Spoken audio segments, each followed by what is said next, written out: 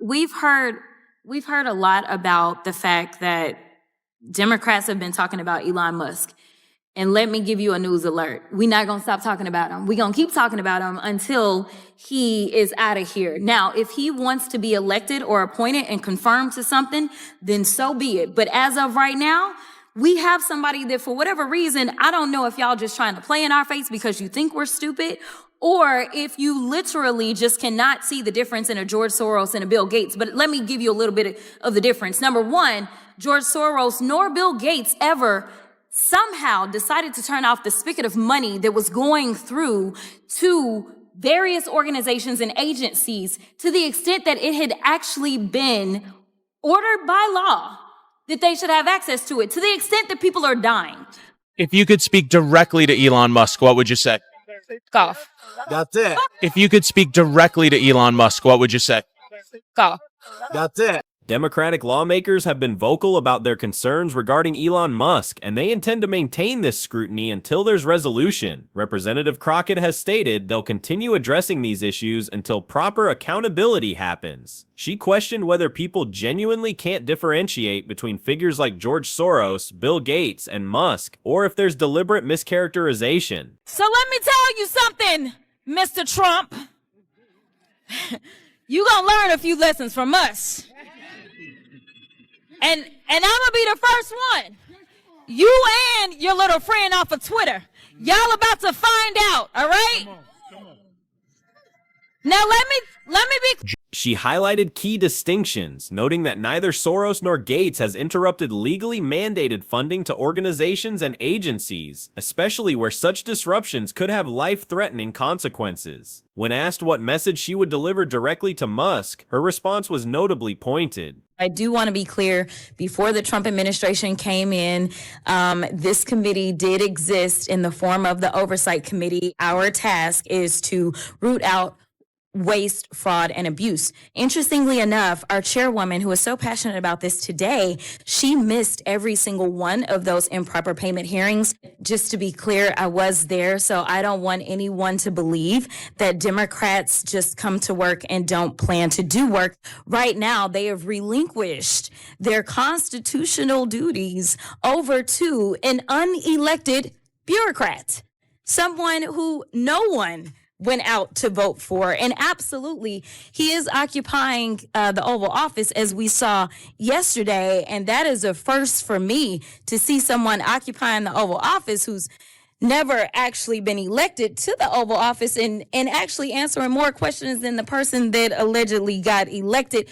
The recent television confrontation between Representative Crockett and both Musk and Trump generated significant attention. She delivered sharp criticism that left both seemingly unprepared, while Musk continues promoting questionable information. Her analysis included a reality check that challenges supporters of both figures. Representative Crockett warned that Trump and his associate from Twitter would soon face consequences from Democratic opposition. My question is, Elon, what have you done besides tear us apart? Besides be in over your head, besides make sure that you continue to enrich yourself so that not only you can continue to be the richest person in the world, but you can make sure that other people that are already struggling, unfortunately, end up falling on even harder times. During her television appearance, she presented her case with remarkable directness, targeting these two high-profile figures who've developed significant public followings despite controversies. This wasn't merely a momentary exchange, but rather a thorough breakdown. She presented extensive documentation and evidence to support her arguments, delivering her points with confidence and directness. She also noted that before the previous administration took office, the committee in question had existed in the form of an oversight committee. Another layer of fear, especially since normally when you are going to be in a position like that, you have to go through security clearances. And let me tell you, some people think security clearances are all about whether or not you have a warrant or not. No, they look at whether or not you have some sort of divided interest. They look at whether or not you have good credit. They look at so many other things. And we're talking about someone who's unelected, unvetted, and definitely unconfirmed that is now literally sitting atop our $6 trillion, and we don't know what it is that he's doing, and we honestly don't know what role he has. Democratic lawmakers have been focusing on identifying waste, fraud, and abuse, with Representative Crockett pointing out that despite the chairwoman's current passion about these issues, she missed all the improper payment hearings. Crockett emphasized her own attendance at these meetings, pushing back against perceptions that Democrats aren't committed to their work. She raised concerns about constitutional duties being handed over to someone unelected, referencing recent activities in the Oval Office. She noted the unusual situation of seeing someone who hasn't been elected to the position answering more questions than the person who was actually elected. The exchange brought attention to Elon Musk, with Crockett questioning his track record beyond creating division, suggesting he appears out of his depth and primarily focused on self-enrichment while others face harder time. If you are trying to conduct audits and figure out where the waste, fraud, and abuse is, I don't know why you would go to some tech guy. In fact, it was only techies that were sitting there at inauguration. We didn't have auditors. I would welcome auditors to come in and do forensic audits. In fact, he sat there in the Oval Office yesterday and he admitted that he was lying and he was using his propaganda machine to do it when he said that we sent millions of dollars to Gaza for condoms. That was a lie. She raised points about his various business ventures, including automotive safety concerns and social media management, along with his promotion of certain cryptocurrencies that left many investors waiting for promised returns while Musk himself continued to accumulate wealth. Crockett also raised serious concerns about security protocols, explaining that security clearances involve more than criminal background checks. They examine potential conflicts of interest, financial stability, and other important factors. She expressed alarm about having someone in a position of influence over trillions of dollars without proper vetting, election, or confirmation processes, with unclear responsibilities. We were involved in a hearing with Elon Musk about condoms. Right? Do you remember this whole? It wasn't with Elon. Elon, if you're watching, come through, boo, because you haven't shown up to the Doge subcommittee yet. Right. The situation escalated when Musk made controversial claims about the Biden administration allegedly sending inappropriate aid items to Gaza, which Crockett firmly addressed during the televised exchange, questioning the factual basis of such statements. During a humanitarian crisis, Representative Crockett pointed out that Musk chose to focus on making unsubstantiated claims about the Biden administration sending inappropriate aid items to Gaza, rather than addressing the actual suffering. She highlighted the lack of evidence for these claims, comparing them to baseless social media posts rather than factual reporting. Crockett questioned why leadership would consult a tech executive rather than qualified auditors when investigating government waste, fraud, and abuse. She noted that at the inauguration, tech industry figures were present rather than financial auditors, and she expressed support for proper forensic audits. Insurrection. This just happened to be after, in a bipartisan way, this particular chamber decided that they were going to impeach him. She directly addressed Musk's claims about Gaza aid, stating that he admitted to spreading false information through his media platforms. The confrontation extended to former President Trump as well, with Crockett referencing a hearing involving both Trump and Musk regarding the controversial claims. She addressed Musk directly, challenging him to appear at relevant subcommittee meetings that he had previously missed. Crockett also challenged Trump's business credentials, referencing several failed ventures including Trump-branded products and Trump University. She highlighted the particular irony of bankrupting a casino business, an industry typically known for reliable profits. She characterized Trump University as a particularly problematic venture, calling into question his overall business judgment and approach. The exchange brought attention to broader concerns about accountability, proper government oversight, and the spreading of unverified information by high-profile public figures with significant influence. Representative Crockett referenced that the confrontation occurred after a bipartisan vote in the chamber to impeach Trump. Lies. That's the big issue that we have.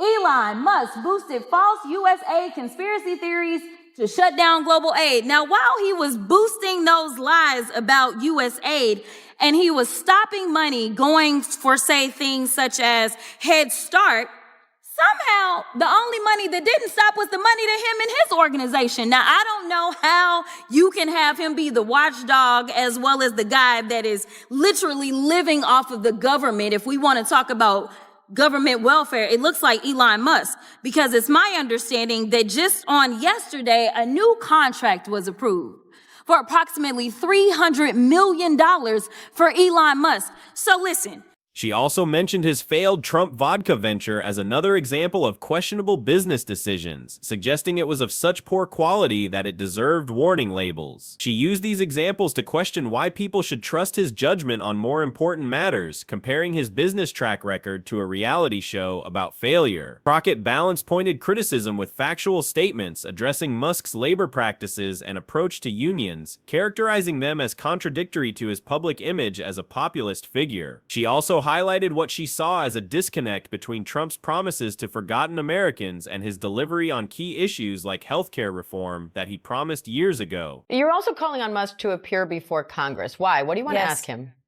Well, first of all, I want to ask him, what exactly has he been doing? Who is it that he's hired? Who is it that he's firing? How he's coming to the conclusions that he's coming to? What makes him believe that getting rid of our workforce, including those that are in charge of keeping our nuke situation safe or keeping planes from falling out of the sky? I want some analysis behind what it is that he is recommending to the president or to OPM or to anyone else that is engaging in what I feel like is more so a dismantling of our modern day democratic republic. And I want him to basically prove me wrong. I want to know that there is some end game that actually benefits the American. Her approach was notably measured, Angels focusing on presenting information rather than using dramatic tactics, which seemed to have a strong impact on the audience. She characterized both figures as having inflated self-images that don't match reality while still maintaining significant public platforms. A key concern she raised involved Musk promoting questionable information about USAID while simultaneously receiving government funding himself. She specifically mentioned a recently approved contract worth approximately $300 million for Musk's companies, questioning the appropriateness of someone receiving government funds while also being positioned as a government watchdog. Crockett also addressed what she described as contradictions in Musk's free speech advocacy, suggesting he applies different standards to speech critical of his own ventures compared to other content on his platform. She characterized Trump as fixated on the 2020 election rather than moving forward, and positioned herself as simply revealing obvious truths about both figures. Do you know why they went after access to the federal government's payment system? I have no idea, but I don't have any positive thoughts when it comes down to it. I appreciate that you played the clip of Jamie Raskin, and as you know, Congressman Raskin asked, why do you need access? I mean, here it is. I'm a wholly, fully elected member of Congress. I don't have that kind of access. So when you start talking about who should have access to literally the system that controls approximately $6 trillion of our dollars, I don't really understand, because the people that worked in those positions could only distribute money per the law. So why is it that the Doge Committee would have to have access? And that's not the place that you go to look for cuts. You look at our budget, which it is Congress that has the power of the purse. You look at our budget, you help the president come up with his proposed budget, and then the House and the Senate will decide what we send to his desk. She concluded by expressing her desire to question Musk directly about his activities and exact role in government affairs, calling for his appearance before Congress for proper accountability. Representative Crockett raised specific questions about Musk's role, asking about his hiring and firing practices, his decision-making process, and the reasoning behind his recommendations regarding government workforce reductions. She expressed particular concern about positions related to nuclear safety and aviation security, questioning how these changes might impact critical government functions. She called for transparency regarding Musk's recommendations to the president or other officials, voicing concern that these actions might be undermining democratic institutions rather than strengthening them. Crockett challenged Musk to demonstrate how his proposed changes would actually benefit average Americans, requesting evidence of a positive end goal beyond disruption.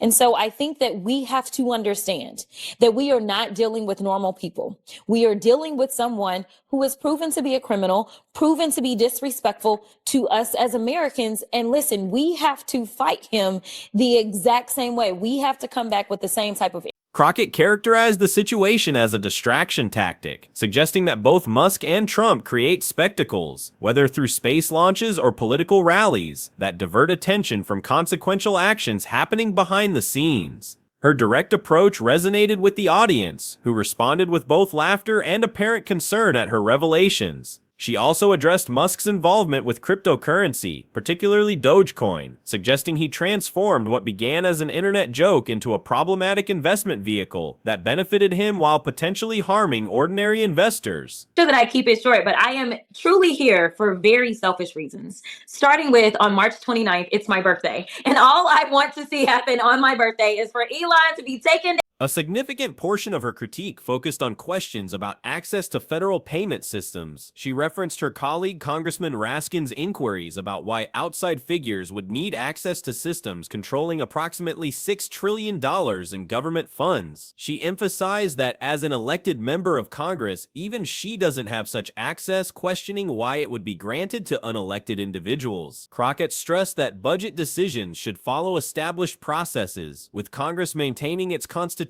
power of the purse rather than decisions being made through unofficial channels. She methodically connected various aspects of the situation, from philanthropy claims to cultural conflicts, presenting a comprehensive analysis that went beyond simple criticism to examine broader systemic concerns. Representative Crockett focused on exposing what she characterized as a predictable strategy employed by both Musk and Trump, damaging important systems, shifting blame to progressive figures, then using social media to downplay concerns while claiming to pursue larger vision. She suggested this pattern results in unresolved problems, public harm, and increased wealth for billionaires rather than actual improvements. By the conclusion of her remarks, Crockett had delivered pointed criticism that left both figures appearing visibly uncomfortable. She characterized the situation as involving not normal people, but rather someone she described as having demonstrated criminal behavior and disrespect toward Americans. She advocated for responding with equivalent intensity and determination. Her concluding statements effectively ended the exchange, leaving a significant impact on the audience. While supporters of Musk and Trump struggled to formulate effective responses, the audience appeared largely receptive to her arguments, which systematically challenged the public personas of both figures. Each point she made seemed to build upon previous ones, creating a comprehensive critique of their approaches and claims. Crockett mentioned a personal motivation behind her involvement, noting her upcoming birthday on March 29th and expressing her desire to see accountability for Musk as a birthday wish. She implied that while Musk might continue posting cryptic cryptocurrency messages and Trump might persist with election-related complaints, she had already successfully challenged their narratives through her address. The effectiveness of her communication style was notable, delivering significant criticism while maintaining composure throughout, which appeared to enhance the impact of her message on the viewing audience, while leaving the subjects of her critique with few immediate counters to her argument.